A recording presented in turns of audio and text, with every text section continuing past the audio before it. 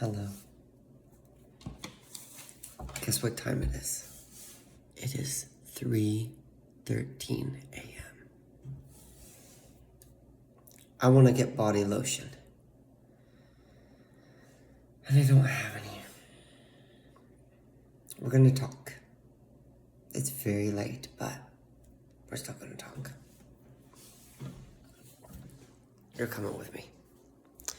We're going to get this body lotion. It's really nice. It's going to get dark for a second. Just so you know. Do you want to get some water? I think we should do that. I'll pour it. You can just watch me, okay? Water from the fridge. I got a Brita pitcher.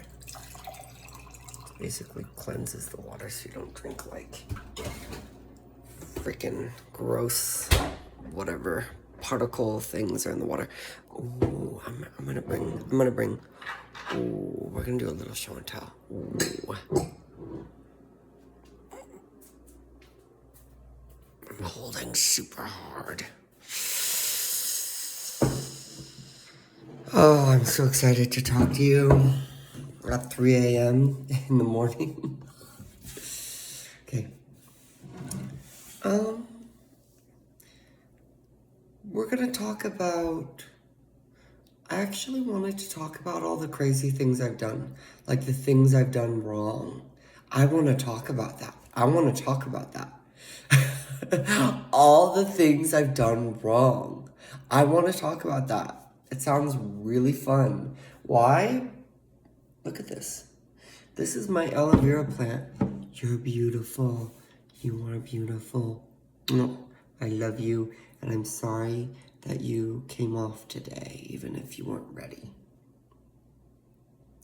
So this doesn't look as crazy as it did earlier.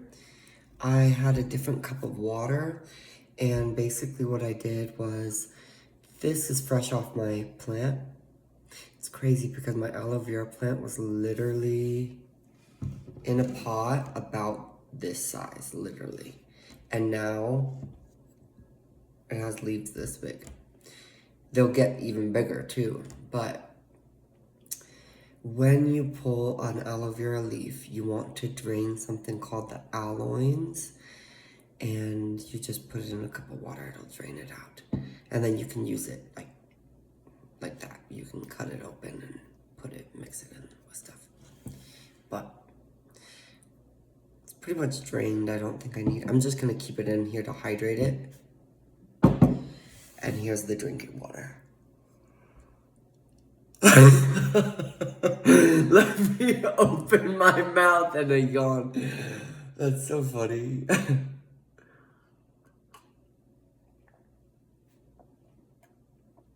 Behind me, we have Father Odin.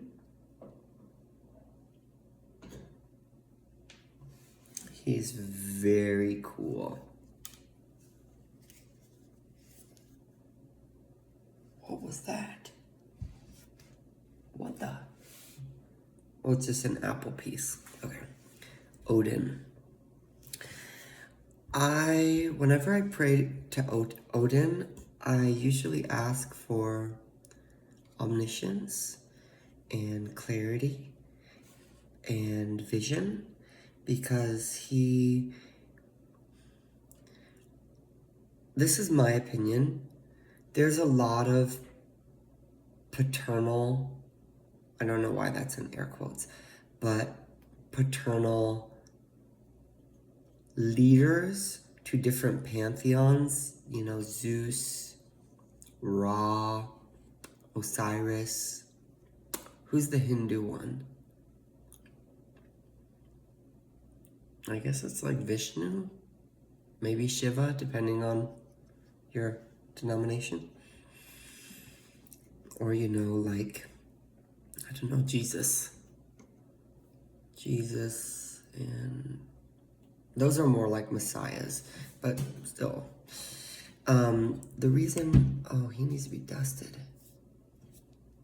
All right, maybe I'll leave him out. The reason I like him is because, in my opinion, I think he's the healthiest father figure. in all the different pantheons. And he's literally called the All-Father. I really think that he's just so fatherly, you know? He has a lot of vision. He has crows that fly, and he can sort of see everything as it is. He has a lot of wisdom. He's associated with wisdom. Whereas you take someone like Zeus, he's just like sleeping with all these people, cheating on his wife. That's not a good dad. You are. Okay, we're gonna put him... I want him up here, actually. Where he was. We're gonna just do a little bit of show and tell before we get into all the drama. You already know who this is. You already know. You already know who this is. It's the one, the only Aphrodite. She is always been my favorite since I was a little gay boy, okay? She was always my favorite. You have always been my favorite, okay? And I love her. I really feel like she's been with me since I was a little boy too, because I am gay, but I'm also really feminine as a person. And I like her. I think when I was really little, I liked her, and I liked a lot of things like her. Like I liked flowers. I liked Princess Peach, was my favorite Mario character. And I liked the girl Donkey Kong in the Donkey Kong video game. But I loved Princess Peach. I loved Toadette. I loved all the like femme girly things, the very Venus energy things. And I sort of like tried to kill that in myself when I got a little older and I learned that it wasn't okay. And coming back to who Aphrodite is and what she represents and what she means has kind of been a way of coming back to myself. And that's why I love her so much. And she's associated with beauty, and a specific type of beauty. Beauty that blooms from the inside out. Real, raw fucking beauty. And some people get pissed. They have this idea in their head that all people that look pretty are ugly on the inside. All people that look ugly on the outside are kind and beautiful and loving on the inside. That's not true all the time. That can be true. I've met some ugly motherfuckers that are really good people, really kind, and I love those people. And I don't actually see them as ugly. But the world does, but I don't, because I judge them based on their character. But I know how the world would perceive them, which is through a crueler lens. And there are people that are beautiful on the outside, like narcissists, but hollow on the inside. And there are people who are ugly as fuck on the outside. They look like monkeys, and they're ugly as fuck on the inside too, okay? Don't kid yourself. There are people that are literally ugly all the way through, inside and out. And there are people that are exceptionally fucking beautiful. Within and without. And that's what she represents. And I love her. She is the supreme diva. She is the iconic OG diva, beauty queen, okay? Don't you think it's interesting that the goddess of chaos created an apple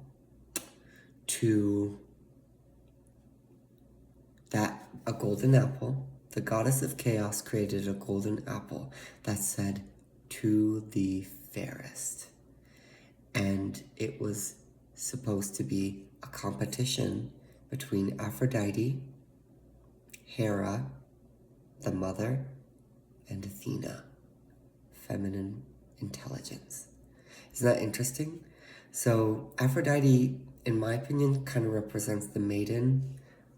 Hera represents the mother, of course, because Hera is like the mother of the gods. A lot of them, anyway. She's like a wife and a mother of Zeus, and that's a huge part of her is motherhood, in my opinion. And Athena, while she's young, depicted often as a young person, she represents the power of the feminine mind and intelligence of the feminine mind, the diplomacy and the power. And I believe that's associated with like crone, maiden, mother, and the crone.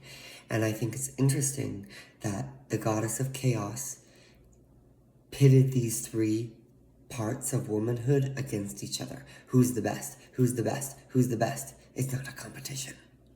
Masculine energy is about competition, fighting and winning to get to the top of the pyramid. Feminine energy is about unity. It's about working together. It's about working as a team with each other. Unity, because everything's in a polarity, and femininity is about unity, whereas masculinity is about competition and fighting and beating and conquering. It's not a matter of what's right, what's wrong, right? If you look at it a little bit politically too, Democrats and people on the left often believe more in a feminine mindset of unity, compassion, feminine energy, working as one. The oneness of we all need each other. We need to support each other. We need systems to help each other. Whereas the right or the Republicans or conservatives, for a lot of the mindset, operate more in a masculine way. Competition.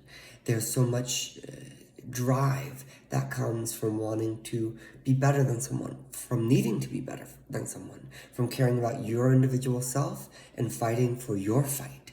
That's masculine energy. So a lot of things are polarized in our world, and energy is one of them, but I love Aphrodite so much. I love her so much. Okay. I should have gotten her some flowers, like roses. Roses are my favorite and her favorite. Okay, she's going back.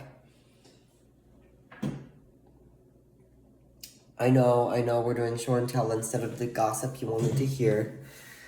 And here we have my favorite angel. My next door neighbor saw this. She came over and saw it, and she said, "That's you, that's Pan, that's Pan." She looked at this and said that. What a compliment. What a compliment to be likened to the archangel. Michael is, if you don't know, he is the archangel of all the archangels. He is the main character. It doesn't mean the other archangels don't matter. I want to say there's 10. There's many, many angels, you know. People talk about, oh, your deceased loved one is an angel. They are considered angels. Saints are a different thing. But archangels, they're like the ultimate angels. And Michael,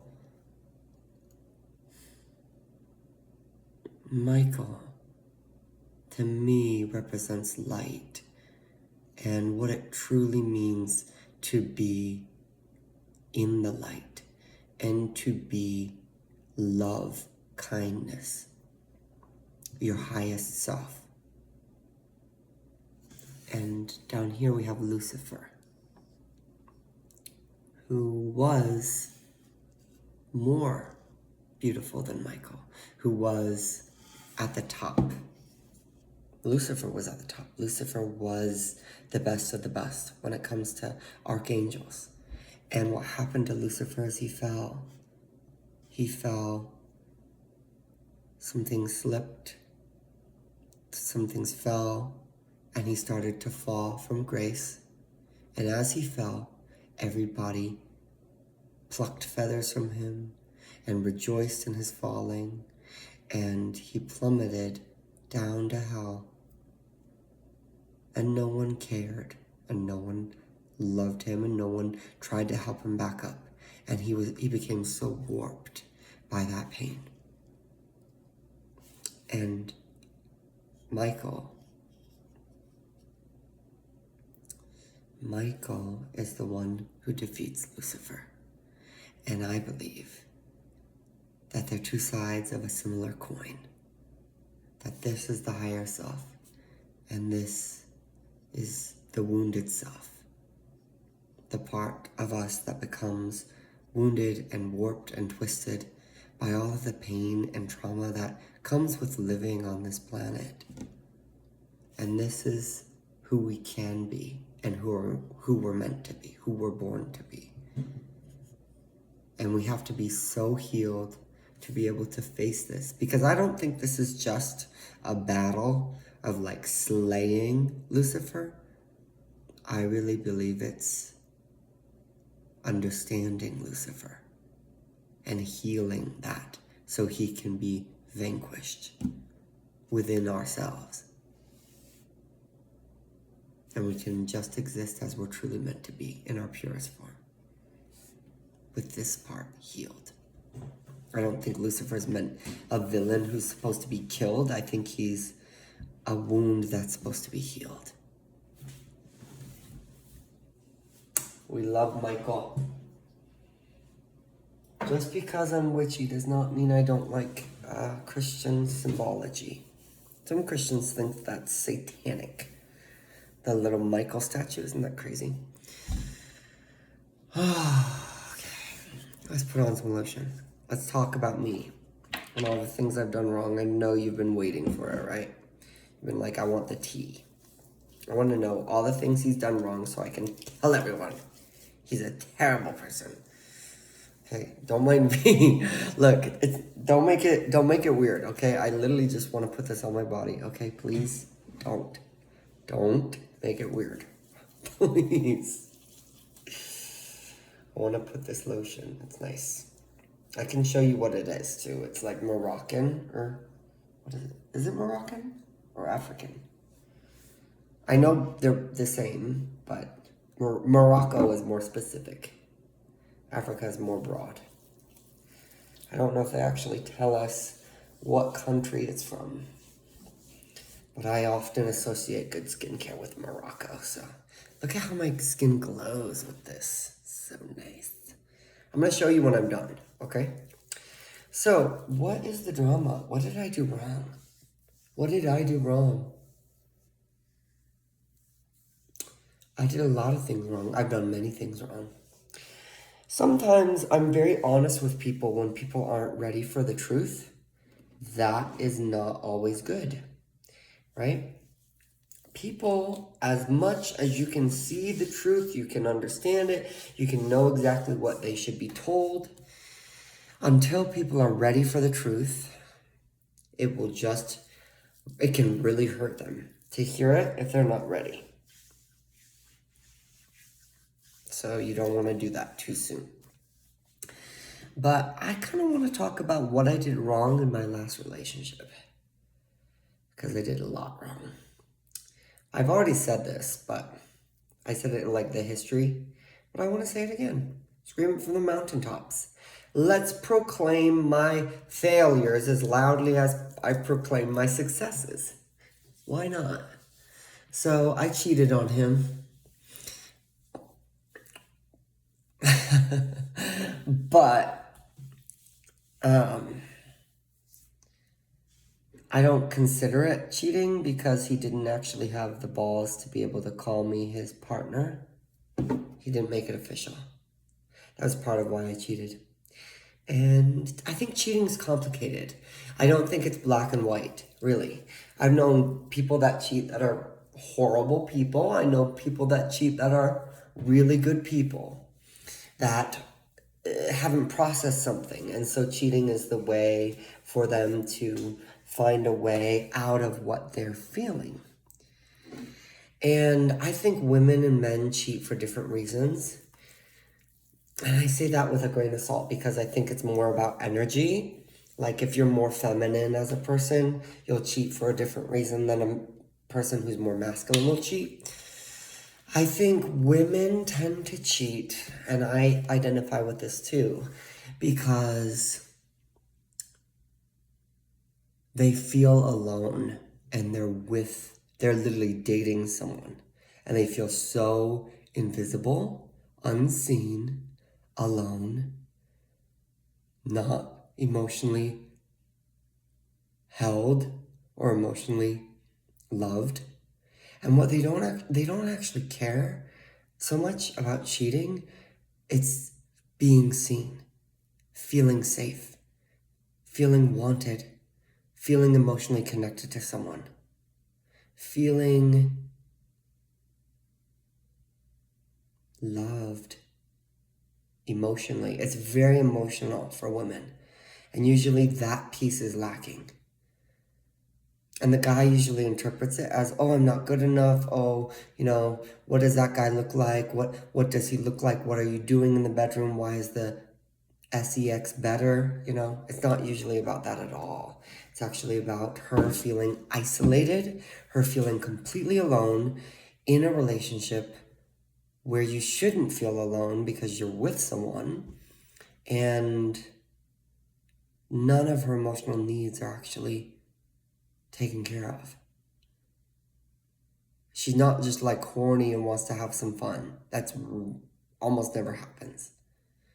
She feels alone and broken and sad, maybe worthless and invisible, and fixing that sometimes comes in when some other random guy, maybe she meets randomly or she just has known, starts to make her feel visible, seen, loved, cared about, held, wanted. And then that guy maybe pursues her to intimacy.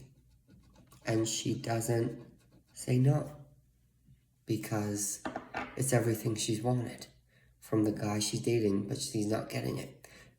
That's kind of what happened with me. And I operate a lot like a woman in a relationship, feminine, from a feminine perspective. Basically what happened was this guy I was dating went off to like a music festival, and he was mad too because he was like, why can't you buy a ticket to the music festival? I really want a partner who's going to go to a music festival with me. And I'm like, I'm poor. I'm, in my mid-20s. I don't have a career yet. I'm working towards a career. I have no degree. I don't have income that allows me to just buy several $100 plane ticket to go across the country, buy a $600 ticket to see a show. I don't have that. And if I really mattered enough to you, and you loved me and wanted me enough, you would just buy that for me. I know that's true. Every guy knows that's true. Okay? Although I'm feminine and I'm gay, I'm still a man. If I like someone enough, I'll pay whatever it takes to have them join me in an experience that I want to do with them. Going on vacation, going on a trip. If I have the money, I'm spending it.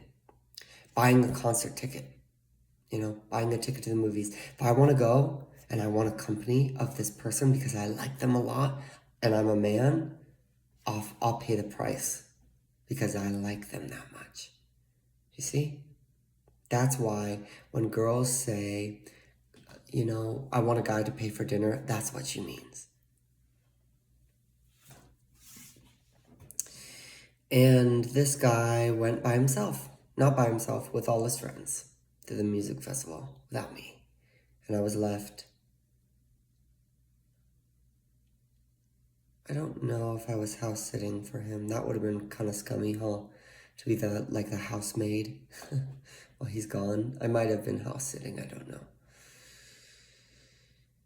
But I think I was dog sitting at least. But while he was gone, I got invited out with a couple other girls to go to this event. And there was a guy at the event who made me feel all those things that I talked about before. He made me feel seen. He made me feel loved. I wasn't sleeping with him at all. He was just a random guy talking to me. And I had sat down somewhere away from the crowds by myself. I wasn't quite aware of all the different parts of being autistic at this point. And at that point, it was like too much stimuli at a concert, at like an event, big loud DJ event. And I went and sat somewhere a bit more quiet. And this guy came and sat next to me. And he just was talking to me, and he was really nice. And he made me feel seen. He made me feel cared about. He made me feel wanted. He made me feel sexy. He made me feel like I was lovable. Just in a short, couple minute conversation. And I talked to him. I maybe even talked to him for up to 30 minutes or an hour. I remember just chilling and feeling happy to feel all the feelings that I wanted from the guy that I was with, who was literally absent, and instead getting it from the stranger. And that, at that same event, girl, I'm about to drop it, but you're gonna get the tea, okay? I literally hooked up with this man in the bathroom. I know what you're thinking. SLUT. That's what you're thinking. Shut up, okay? Shut up. He was charming. I was drunk, okay? I was very, at a low point, too.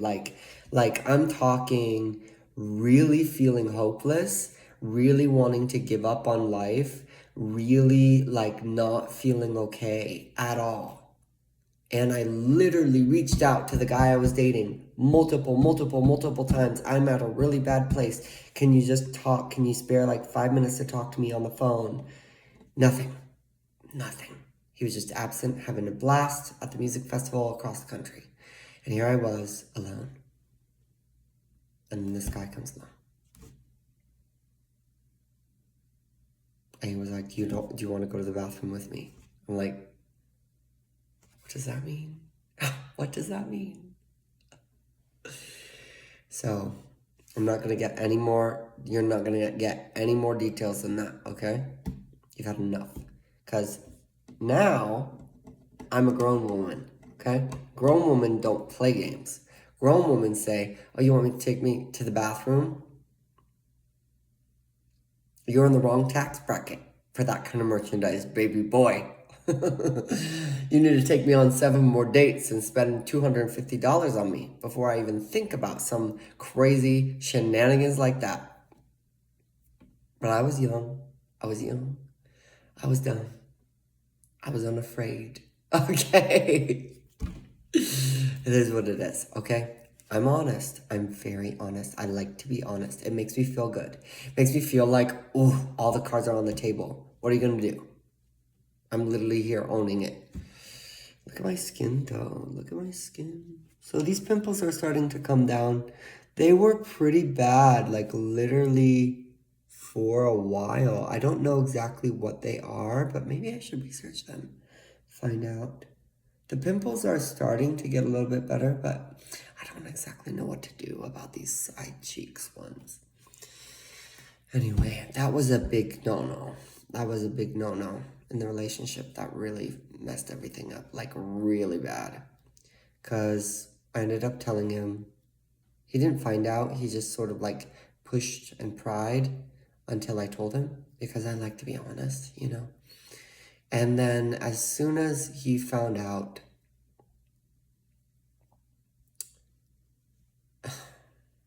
he was just so awful.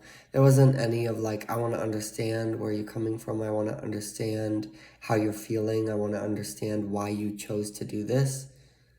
It wasn't that at all. It was like, you betrayed me. You don't care about me. You don't love me, you know, which wasn't true. It actually had nothing to do with him cheating. I do want to talk a little bit about why men cheat often. Because men cheat too, or masculine people cheat. Oftentimes, a guy wants to be completely obsessed with his girlfriend and magnetized to her. And as weird as it is, a lot of guys, especially when they date women, she is like the light of his life. She is the life in his life. She gives him life.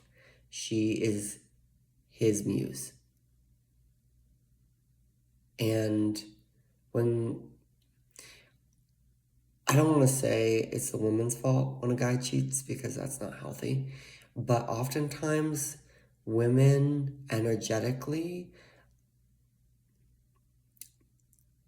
get off of their throne or dethrone themselves or get disempowered in a relationship within themselves, and suddenly he doesn't quite consciously understand what's going on. He doesn't, because men are very instinctual.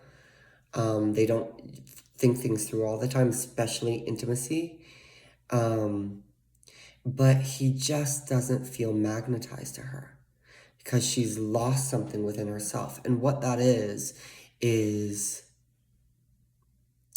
women who date men have to be in love with themselves completely and have to treat him like a little whatever, the man who, you know, does the most for me, that little, you know, knight over there who's just like won't leave me alone, is so obsessed with me. That's how you have to handle it.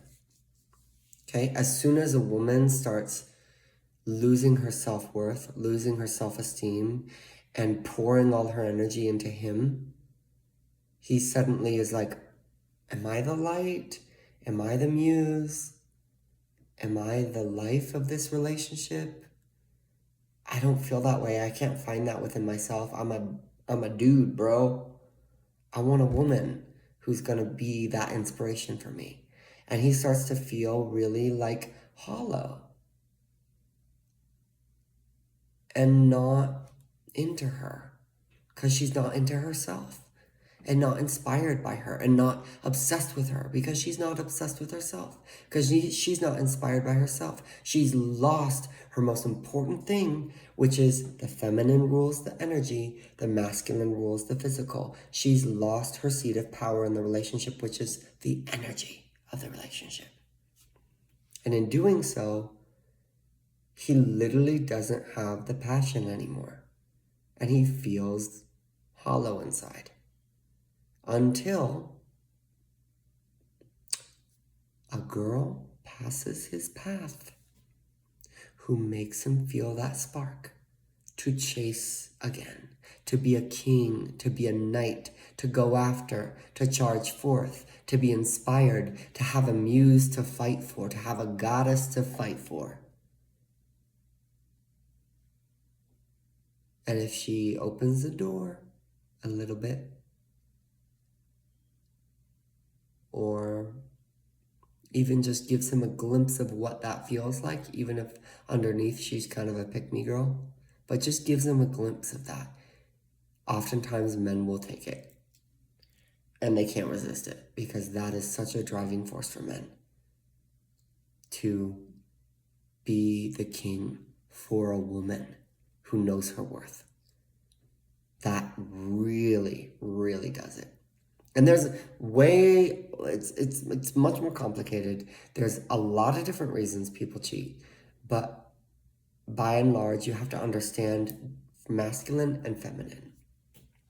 And that's often why men who are masculine will pull away from their partner or sleep with someone else, is because they want to feel alive again. They want to feel like themselves. And yeah. Having these conversations are hard. Sometimes you're not dating a person that's intelligent enough to understand what you're trying to say. So that can be hard as well. But it's okay, you know. Live and learn. Will I ever cheat on someone again? Probably fucking not. Have I ever cheated on anyone before him? No, actually. No. I think that's a big clue too. If you've cheated on someone in the past, is it a pattern or is it an incident? Because if it's a pattern, girl, you need to look at something. You need to get in therapy and look at something. Okay? Girl, okay? If it is a incident where it happens once and it's never happened in your relationships before, you're not a cheater. Something's just off and you need to figure out what it is. It might be the wrong person for you that you're dating if you cheat on them. And that was the case with me. So that's a big weight off my chest. I felt really bad about that. Yeah, and that was a really bad thing. What's another bad thing I've done? Let's bring out all the tea. What's another bad thing? In that relationship, I did end up breaking into his house. Okay. Listen. I had my reasons, okay? And I want it to be known to him and all the other people he knows, okay? Let it be known. I'm a crazy psycho bitch. Don't you ever forget. There is a line that can and will be crossed if you push me to that point. And that line involves me breaking in your house, stealing your cat, putting the hair blow dryer in the laundry hamper. I'm a crazy psycho bitch. I'm a crazy psycho autistic, gay, diva, witch bitch. And I don't play games, okay? So, let it be known, okay? Smear the walls with my tainted name of crazy psycho bitch. Because I will. I would be that crazy bitch that like burns her ex-husband's house down. We've all read the stories. That's me. That's me in a past life, okay? I think every woman can read a story like that and be like, yep, I get it, girl. I get it. You know, like, wasn't there a woman who dated like an NFL player and then he like slept with another woman and then she like burned his house down? And like, period, diva. Singe that shit. Let it be known, okay? I'm eating a Pop-Tart now. So these are called like protein Pop-Tarts. Legendary chocolate cake. But yeah, I did do that. That was kind of a little bit unhinged, but it was fun. It gives me a fun story to tell. Why did I do it? That's the real thing we want to know. Why? Why did I do it? Why was I a crazy psycho bitch? Why? Okay, you're gonna find out why. Okay, I was a crazy psycho bitch because we literally less than 24 hours before the Crazy Psycho Bitch episode. Right? There was the cheating, there was the mess, there was the falling out, there was the blah, blah, blah, blah, blah, blah, blah, blah, blah, blah, blah. It all fell apart. Okay? October. All that stuff happened in the summer. So all the crazy cheating and whatnot. And then October, middle of fall. What happens? We get back together. I say, let's talk about what we need from one another to make this work. And what was the conversation? I said I needed honesty. I said I needed him to close the door with any of the side bitches, all of the side bitches. Be honest with them, because I need to matter more than them. You need to prove that with action. And I needed honesty going forward. And I can't remember if there was a third, but he kind of said the same things. Like, he wanted honesty, he wanted no more cheating, no more talking about, things without him, but actually processing them and trying to make it work. Really good, healthy, holistic conversation, right? Really good, really green flag for a relationship. What happens? We go out dancing. That night. We go to an after party after we go out dancing. It's a big event, big dance floor, Halloween costumes, lots of fun. Everyone dresses really SLUTTY during freaking Halloween, right? What was I wearing? Cute little Pikachu outfit, okay? Of course. And what happens?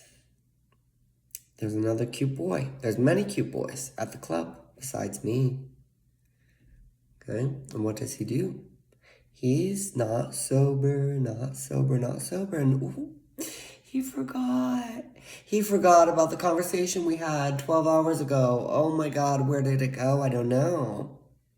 But there's this cute boy in front of me who's not my boyfriend. What am I going to do? I'm going to flirt with him. And then I'm going to kiss him. Oh my God, I'm going to kiss him. Yes. Because he's cute and it feels good. Yeah. And guess who's going to find out? He told me. I'll give you that. He told me. He did tell me. And I didn't quite understand how to process it or what to do or how to respond. And I know now how I would respond in that situation if it would happen again. I would respond in a way that would direct the relationship back to unity and reestablish what the boundaries are. But the fact that he did it in the first place is already not good. How do you forget? And I basically responded with, it's okay, no worries. It's okay, I don't mind. But I did mind, and it did hurt. And it hurt that he didn't tell me until after it was over, so I couldn't do anything about it. It would be different if it was like he asked to kiss me or he wanted to kiss me and I said I should talk to my boyfriend, And then I had the permission to say, yeah, you can kiss that guy. Sure, it's Halloween, it's fun. Why not? He's cute, Or that wouldn't make me feel good right now. I'd rather you just don't.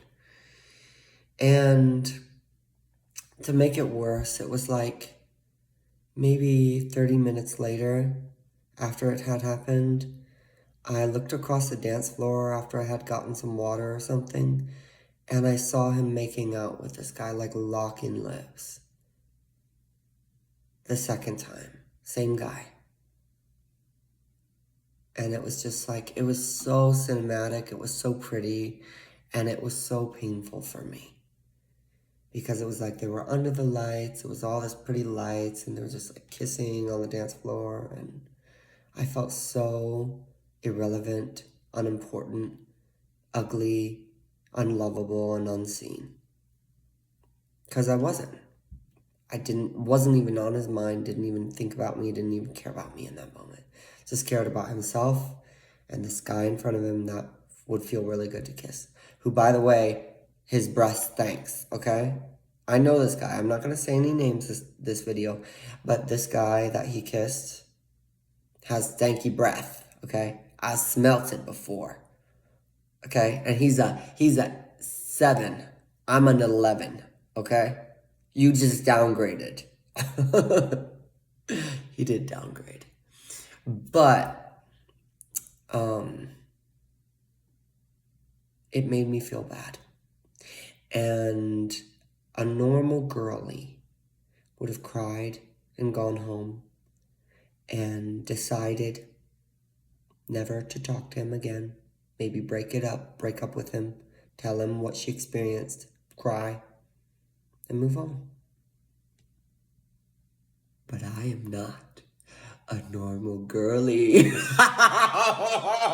I'm a crazy psycho bitch. I'm a crazy psycho bitch. You know what a crazy psycho bitch does? When you cross her like this, within 12 hours of having a conversation, you know what a crazy psycho bitch does? She goes crazy psycho bitch. So what did I do? I waited until the very end of the party when he was ready to go home. And I was the car ride home, by the way. And I found the hottest, most juiciest, attractive, handsome, tall. He was, I don't want to fetishize, but he was black, okay?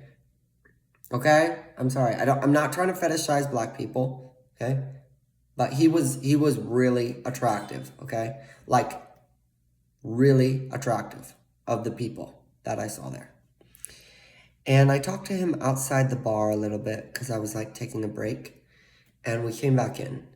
And I waited until my boyfriend was like 10 feet away and could observe. And I asked this very handsome, very tall black man if he would make out with me passionately right there, right then and there. And he said, well, that's kind of a weird thing to say. I was like, please. And he said, okay. And he made out with me right there, right in front of my boyfriend. Okay? I wanted him to see because I wanted him to feel the feeling that I felt. That's very twisted, but it's also very Scorpio because Scorpio is all about giving people what they're giving the world or giving you, so that they can experience it truly and purely, exactly as close to how other people or you experience it. That's what Scorpio is all about. That's why people think Scorpios are evil. It's because they're evil and they treat other people wickedly. And so Scorpios come into their life, and then Scorpios are like, that's not going to work with me, baby. I'm going to treat you how you're treating everyone fucking else, including me. And you're going to call me a villain, and that's okay. I'll be the villain. I'll be the villain of the Zodiac. I'll be the Scorpio, the villain of the Zodiac. I'll take that title because you can't own up to how shitty of a person you are and how hurtful you are to other people with your actions. So I'm going to demonstrate to you how it feels so you can at least get a taste of it. That might actually be a catalyst for you to grow. But whether you take it or not is not my responsibility. My responsibility is to dish the karma to you. Scorpios are often like the people who dish people karma. And that's not really our job as humans. It's God's job to dish karma. But Scorpios like to take it in their own hands just for fun. And sometimes it does help people see who they are and how they're treating people. A lot of times they don't because their egos get in the way. So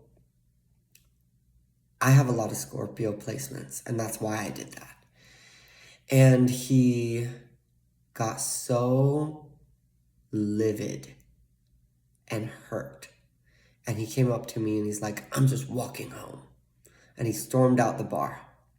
And like other people saw me kiss this black guy, and other people that knew both of us as a couple. And so I like embarrassed him in front of his friends. I embarrassed him. whatever. And he walked out the bar and stormed out.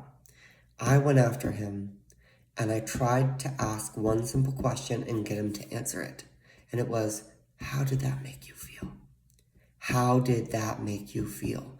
And he could not answer this question for the life of me. He could not answer it. He kept saying, you looked like you liked it. He kept saying, I don't know, do whatever you want. I don't care anymore. I don't care. You don't care about me. You don't love me. And I kept being like, how did that make you feel? Feelings.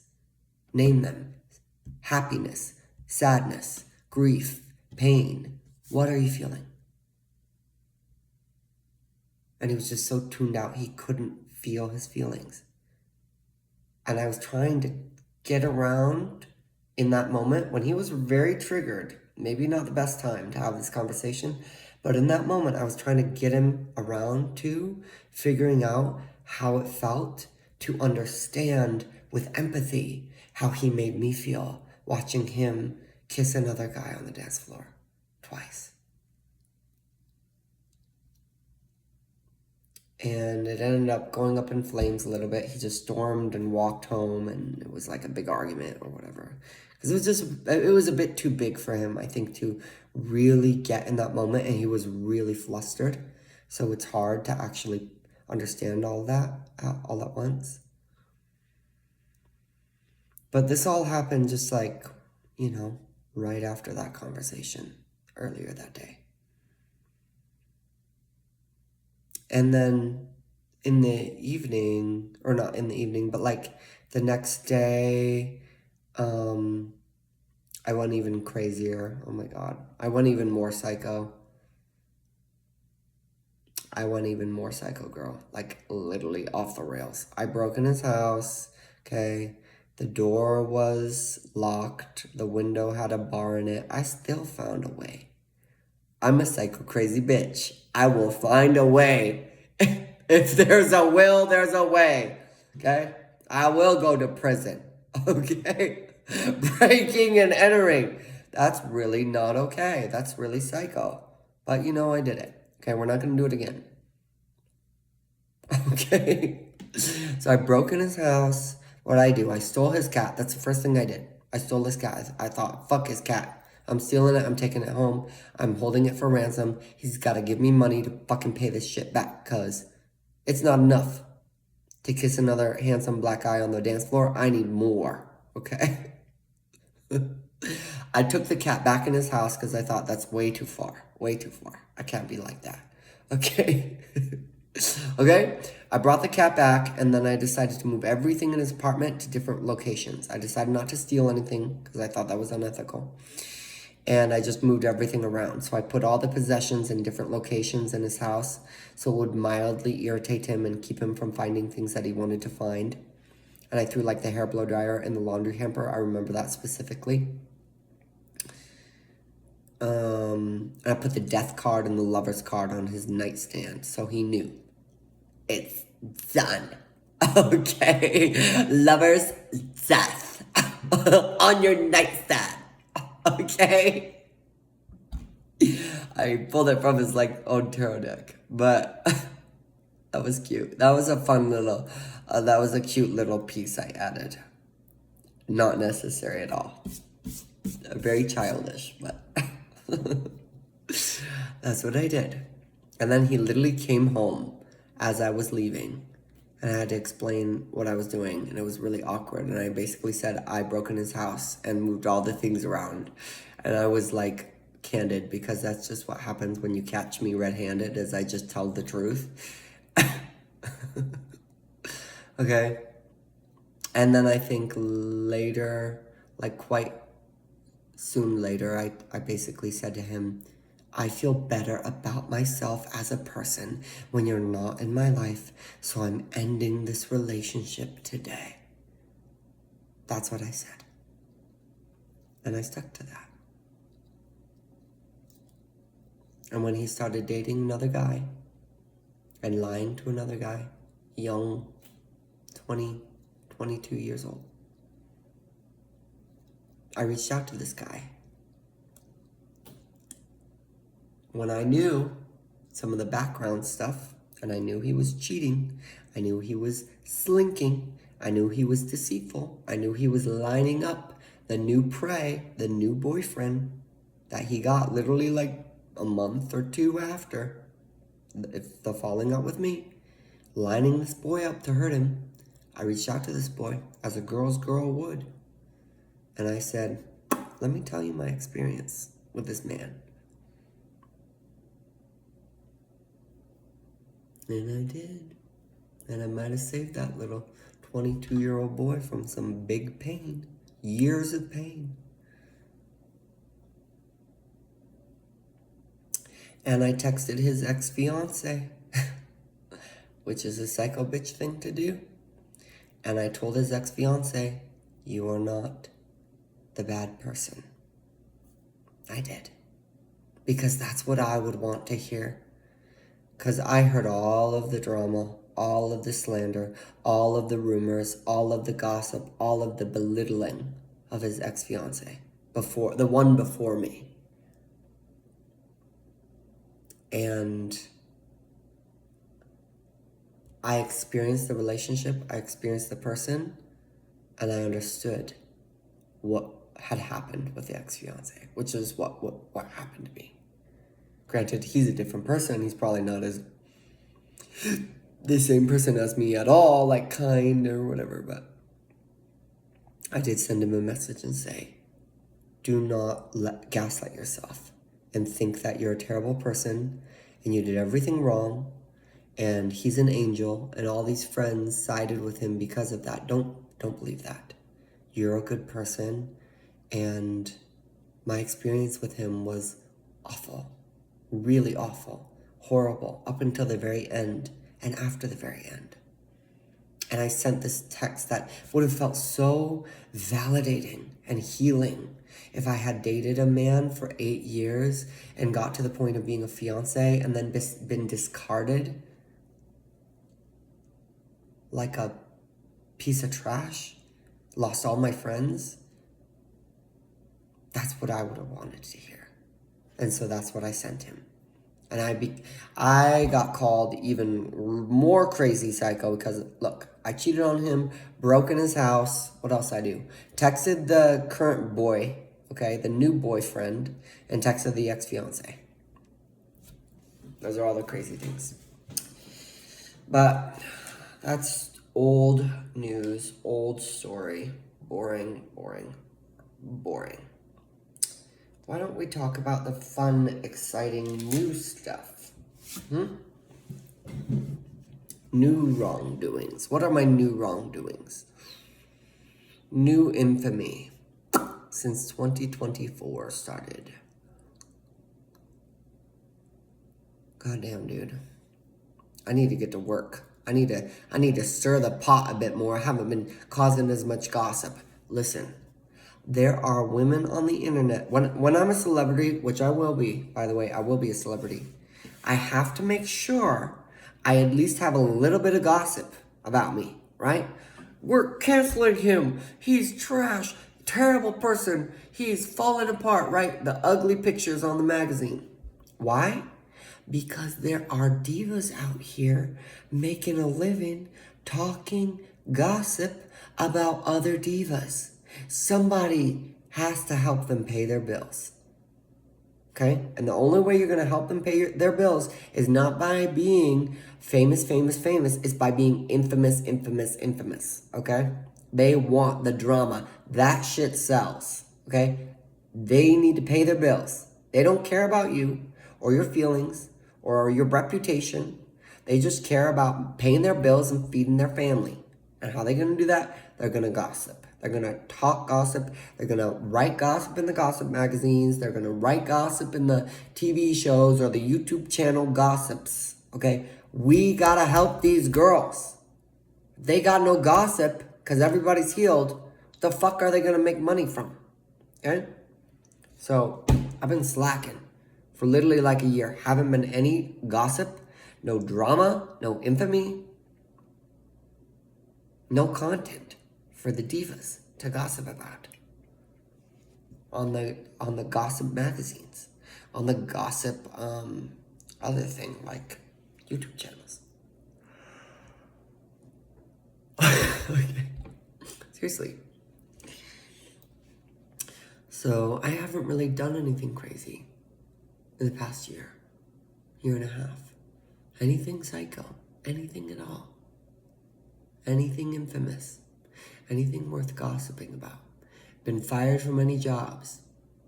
Well, I guess I did kind of quit a job. I got fired from it. It was like, what was I doing? Like cleaning things? Ugh. Okay, listen, they were paying me $15 an hour. They're like, do laundry, clean shit, you know, be a slave for $15. Add a couple zeros, then I'll be your slave, okay? I'll do whatever you want. You put enough zeros behind that 1-5, I'll do whatever you want within a limited time frame. As long as I don't die. I can pay for the trauma therapy. Okay? But, for $15. So, I guess I was seen as a villain by them, but I just saw myself as a person with self-respect. And now I work for no less than maybe like 40 when I book clients. But I don't charge by the hour. I actually charge by what I'm doing for them.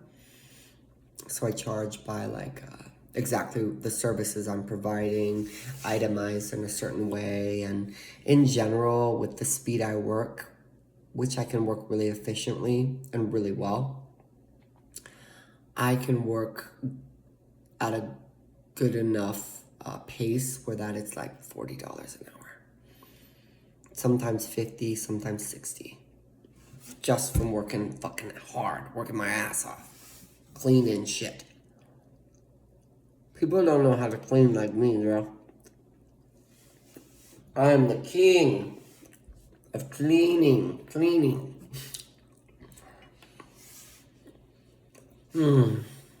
I do love talking to you.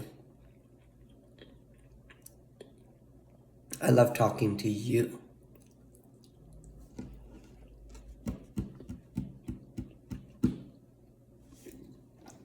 One of my favorite things right now is this feeling of being alone.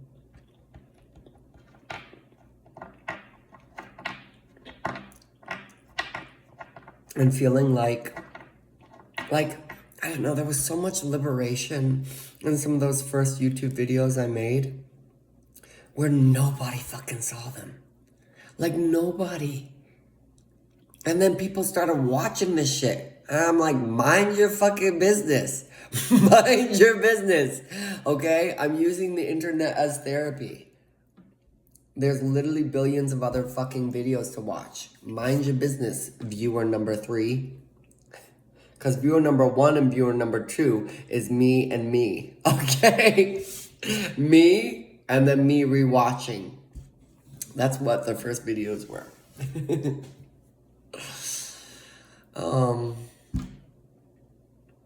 Is there any other crazy stuff? Any bad things I've done? What are bad things I've done? You know, here's the truth of it. This is so true. And this goes out to anyone and everyone who has ever done something immoral or bad or wrong. If you would have known better, you would have done better. If you would have known better, you would have done better. Truly, fully, completely, always. And what does it mean to know better? That's kind of a hard question, because you may know mentally what the right thing to do is, but it's more than that. It's your mind, it's your heart, your healed heart. Your heart has to be healed in order to know better. Your mind has to be clear in order to know better. Your spirit has to be happy to be able to know better. And your soul has to be light in order to know better. Those are hard things to do.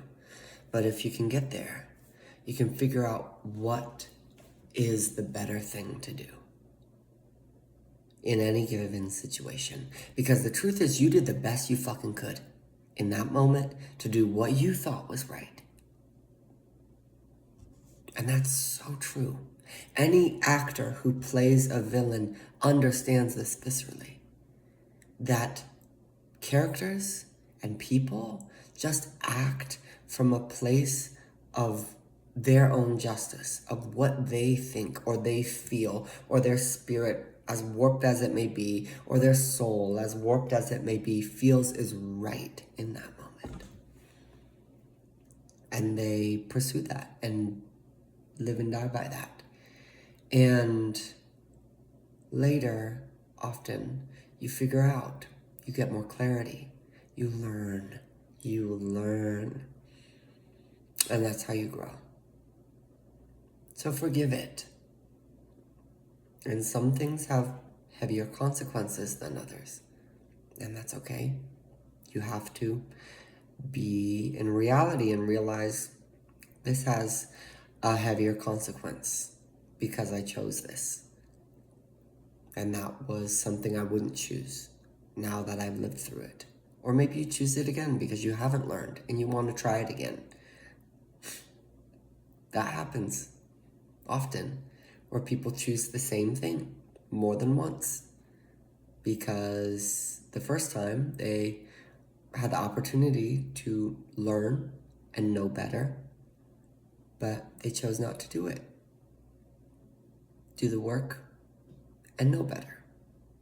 So they do it again.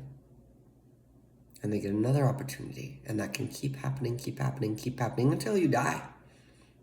If you never want to know better and be better and do better, that's okay. You'll always be forgiven. It's hard to do that. But when you're ready and you're ready to look at the patterns in your life and embrace the full thing of the bad things you've done, that's when the magic happens. Because now you know better. And you're doing better. I can't take ownership of that quote because it belongs to Maya Angelou. She has healed me so much. And I found her when I was 21 years old. When I was 21, there was a story she used to tell about her mother, Maya Angelou, and she said she got off the bus and there was light pouring into the bus. She can remember it vividly. No, she got onto the bus. And before she got onto the bus, she was with her mother. And her mother said to her, "You know, Maya, I think you're one of the greatest women I've ever met." What a thing to hear from your mother. She said that to her daughter, Maya. "I think you're one of the greatest women I've ever met." And Maya got onto the bus and she remembered the way the sun fell on the slacks of the wooden seats. And she thought about her mom. And she thought, what if I am somebody? What if she's right? And she was 22 years old. And I was 22 years old when I learned and heard that story. And it really had an impact on me. I felt like her mother was not just saying that for Maya, but for all of us. especially me.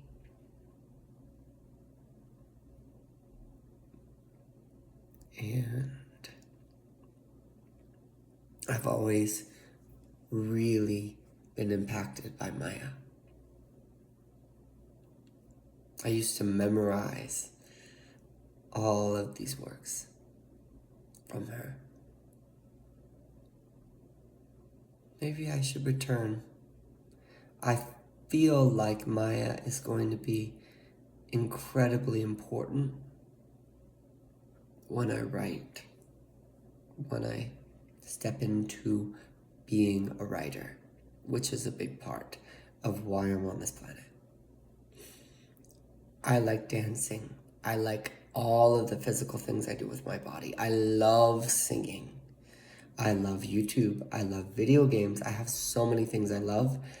And writing is one that it is like the most important of all.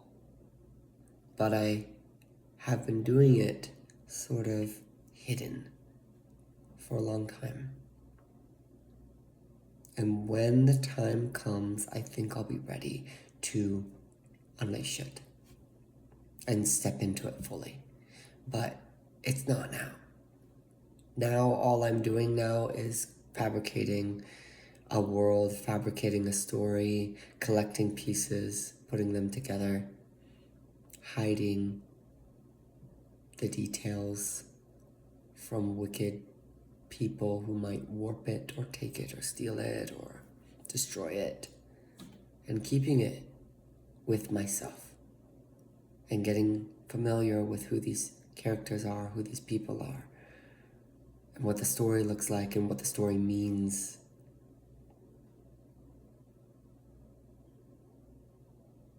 I would guess that I publish my first book in my 40s. That's what I would guess. And I hope and pray that I can be lucky enough to live that long. With no obstacles. Because this is a really good story. It's currently 12 or 13 books as a series. It's fantasy, and I can't tell you too much. You'll just have to see and wait. But it's really, really good. And it's not like an autobiography, although I might write one of those. But first, my main work, which is fantasy.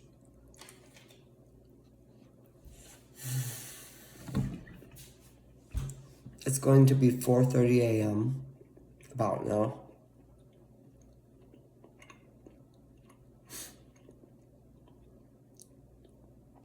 I have to work tomorrow.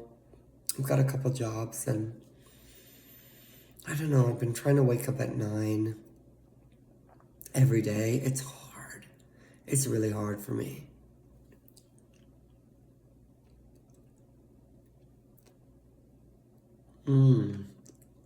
That shit is good.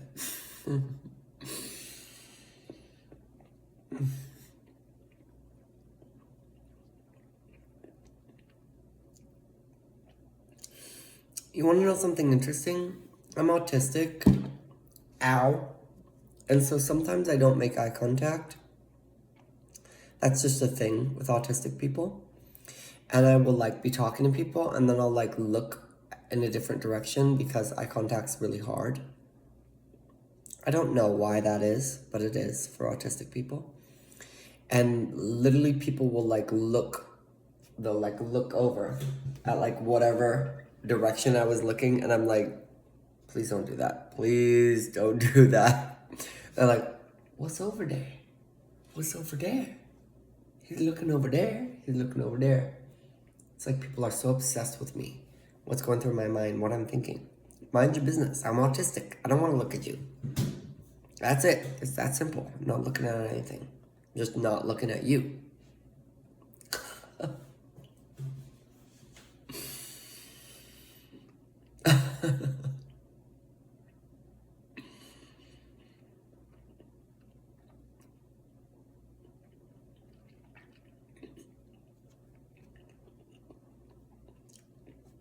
I'm really happy with the direction my life is going. I'm really happy with the choices I'm making.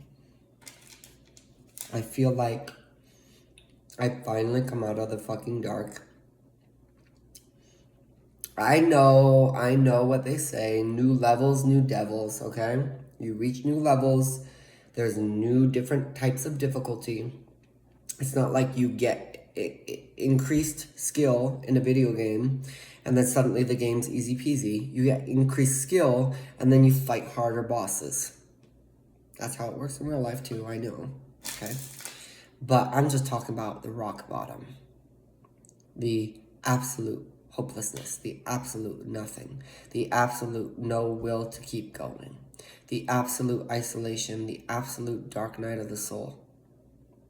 Over and over and over and over and over again, in poverty, in pain, in grief, in suffering. And I could keep experiencing that for longer. And people do. People do. They experience that for decades. And honestly, those people have the fucking most compassion in the world. The people who have lived through decades of rock bottom or poverty or pain or suffering have the most potential to be extremely powerful, extremely successful, extremely rich, extremely happy, and be of so much fucking value to the world. The more time you spent at rock bottom, the more time you spent in the pits of pain, the lowest parts of the human experience, the more value you can bring to other people who experience bits and pieces or fragments of that darkness, but maybe not the full thing. But you're so fucking familiar with it. You know it like the back of your hand, back and forth. Because you've been through so much hell, so much pain, so much trauma. That is a gift. But it's only a gift. It can only be actualized. It's only potential until you heal the wounds. After you heal, that's when it starts hitting. The magic, the success, the money. You have to get over this idea of immorality and money, okay? Because if you've been through the pits of hell for a decade, for longer, you need to do the healing work, to heal all of your wounds, and then realize the value you bring to the world with your fucking story and your fucking life, and how much you can help people that have only experienced a fraction of what you've experienced, but they're stuck. Or have only experienced like a little piece of the hell that you've lived in for 20 years, for 10 years, for 5 years. You can be their fucking light to help them out of the darkness. You can be a beacon for those people because you've been there, done that for longer than they have, for more than they have, for deeper than they have, for lower than they have. That is fucking valuable. That is your value. Your pain is your value. And if you can find your way, claw, tooth, and nail out of that darkness, and you can realize how valuable of a light you are for everyone else, and realize that that value equates to money, equates to success. You're not afraid of being seen. You're not afraid of telling your story. That's when it 180 flips.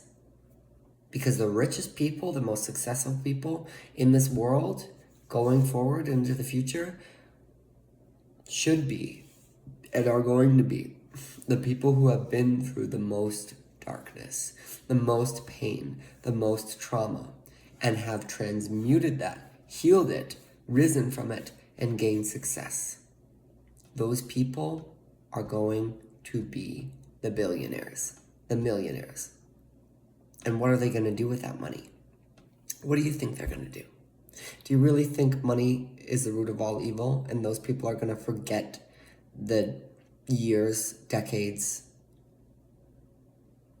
that they were in pain and just be like, I have money now. I'm going to go spend it on stupid shit? No, no, no. They're going to remember exactly how it felt, what it was like.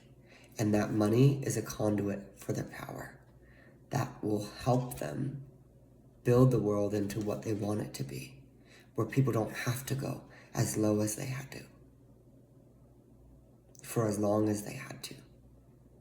They want other people to not suffer as much as they did. Even if it's just their children, it's okay. But a lot of people in that story want everyone to do better off than they had. And the same goes for me. That's why I want to be rich. Girl, I could solve world hunger if you give me enough money. Here's how we're going to solve all the world's problems. We're going to give all the money to the women. What about the men? What about the men? They'll be fine. Okay, listen, the women cook. The women serve. The women serve. What are they serving? I don't know. What are they serving?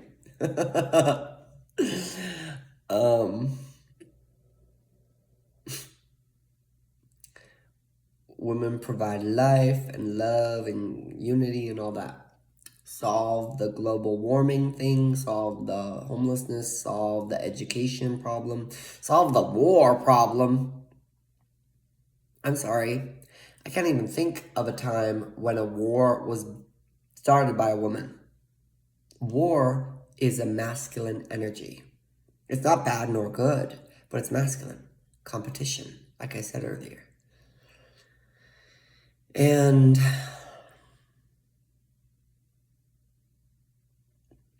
if we gave all the money to the women, the men would have to work hard to earn a piece of that money. They would have to prove themselves worthy of some of that money. And if she decided that he was worthy of it, she could give him some.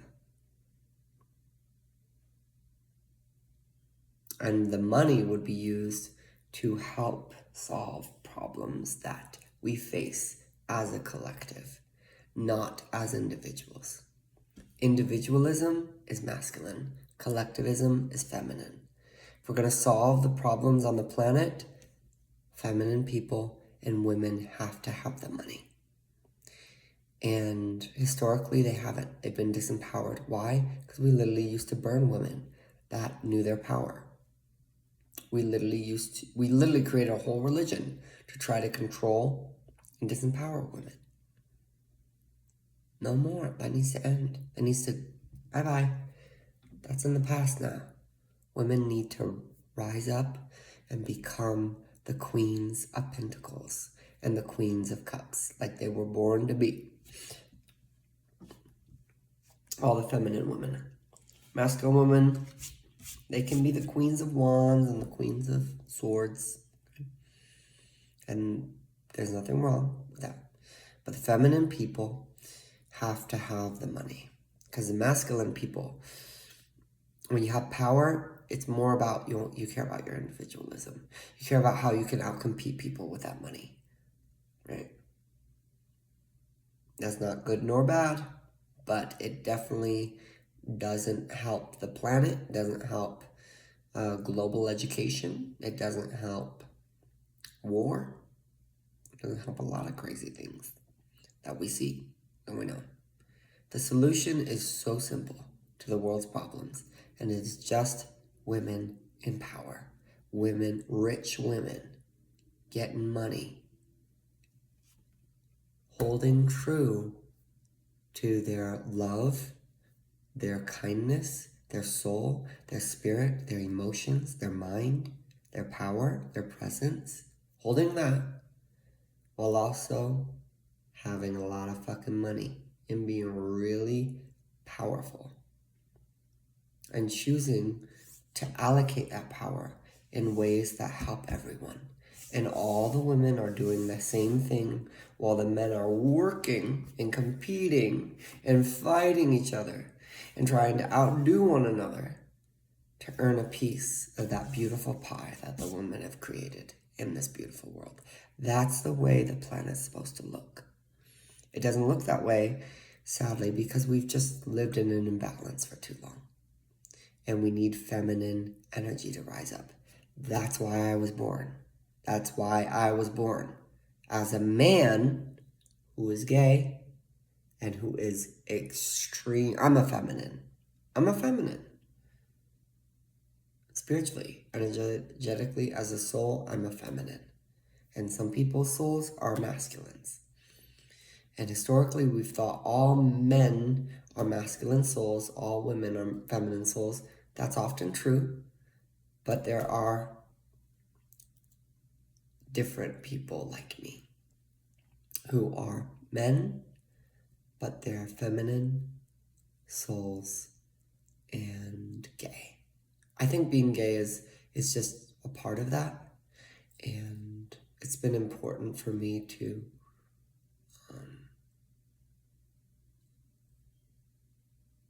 be my true self. So, we'll learn more about the masculine when, I'm not going to say if, I'm going to say when my twin decides to rise up and become the man he was born to be. Because my twin is very similar to me, my twin flame. He's very similar to me, but he's very energetically masculine. Very yang. Very much like sunshine. And I think we'll learn more about what that path looks like, about the experience of the masculine when he finally decides to rise up and earn a place by my side as a king, which is going to take a lot of work because I'm already getting a head start. Okay, but I know he's going to want that more than anything in the world, is to be my king. My twin flame is going to want that. My sunshine boy. Okay? But he has to figure that out for himself. It's a journey he has to go on. It's really crazy and full of lots of ups and downs. But I'm sure he'll be able to make it and fight for it. And when he does, and when we're together, I'll have such a different perspective on not only mine, which is the feminine perspective, but his, which is the masculine. The sun, and I'm the moon. So, but that could be way down the line, like literally like a decade. I don't know how long he's gonna fucking take. I ain't waiting around to find out, okay? You know what I'm doing in the meantime? I am working to rise up as the divine feminine should and must in the twin flame path and become the woman that I was born to be. Okay, we're done. I'm eating this Pop-Tart and then we're going. I literally don't want to go to bed. Like, what the fuck do I do? Oh my God, help me. Help me, God. Give me a YouTube video on how to change your rhythm of your sleeping. Because I don't know what to do. I'm going to eat this Pop-Tart and then we're going to go.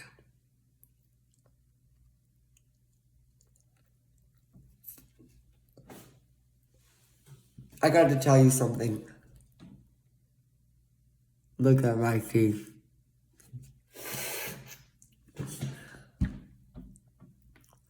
Okay? Don't mind the chocolate, okay? Look at this.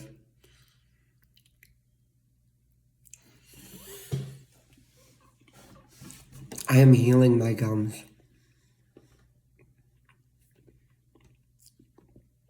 I literally had pretty bad stage 1 of a gum disease.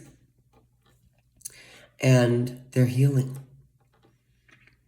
I'm working really fucking hard.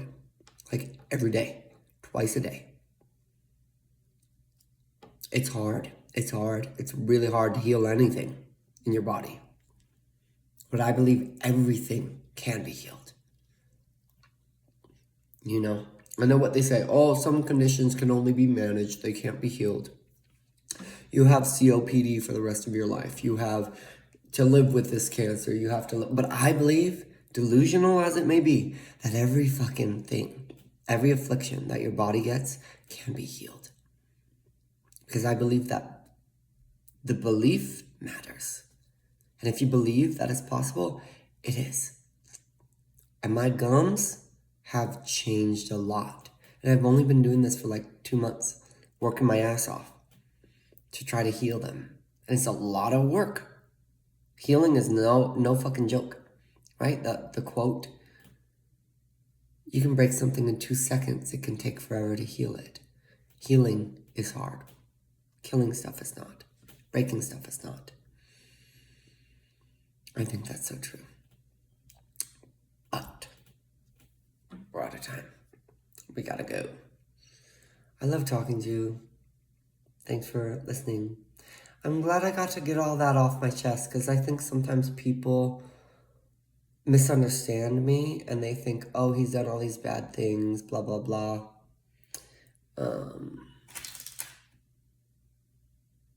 People that probably don't even watch my YouTube videos.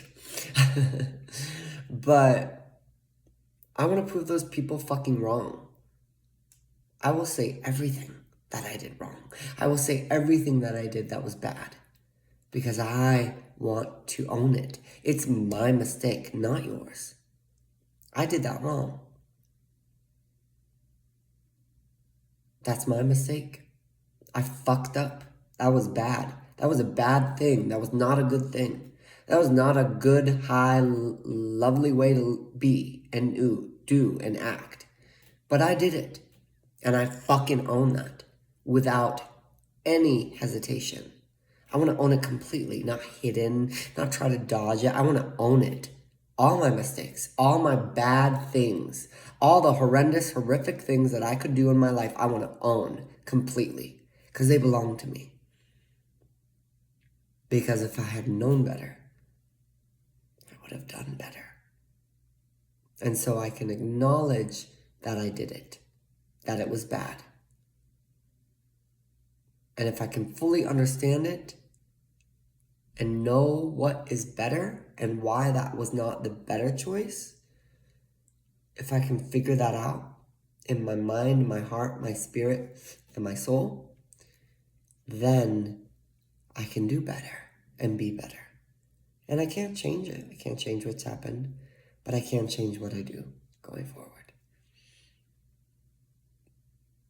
It's a really good feeling to say things that you think are bad that you've done and be honest and know you're not a bad person because you did the best with what you knew, even if it was vindictive or wicked or egotistical or twisted.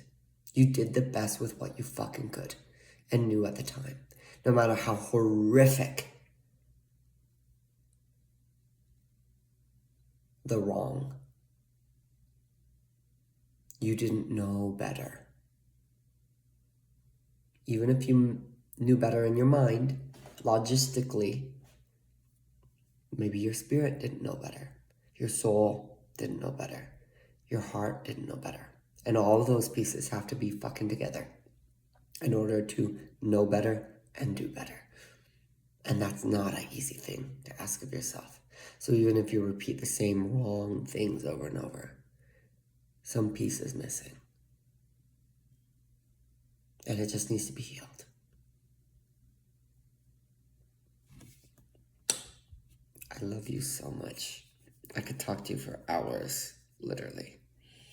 We're not going to do that, okay? You get to see my little bald spot right there.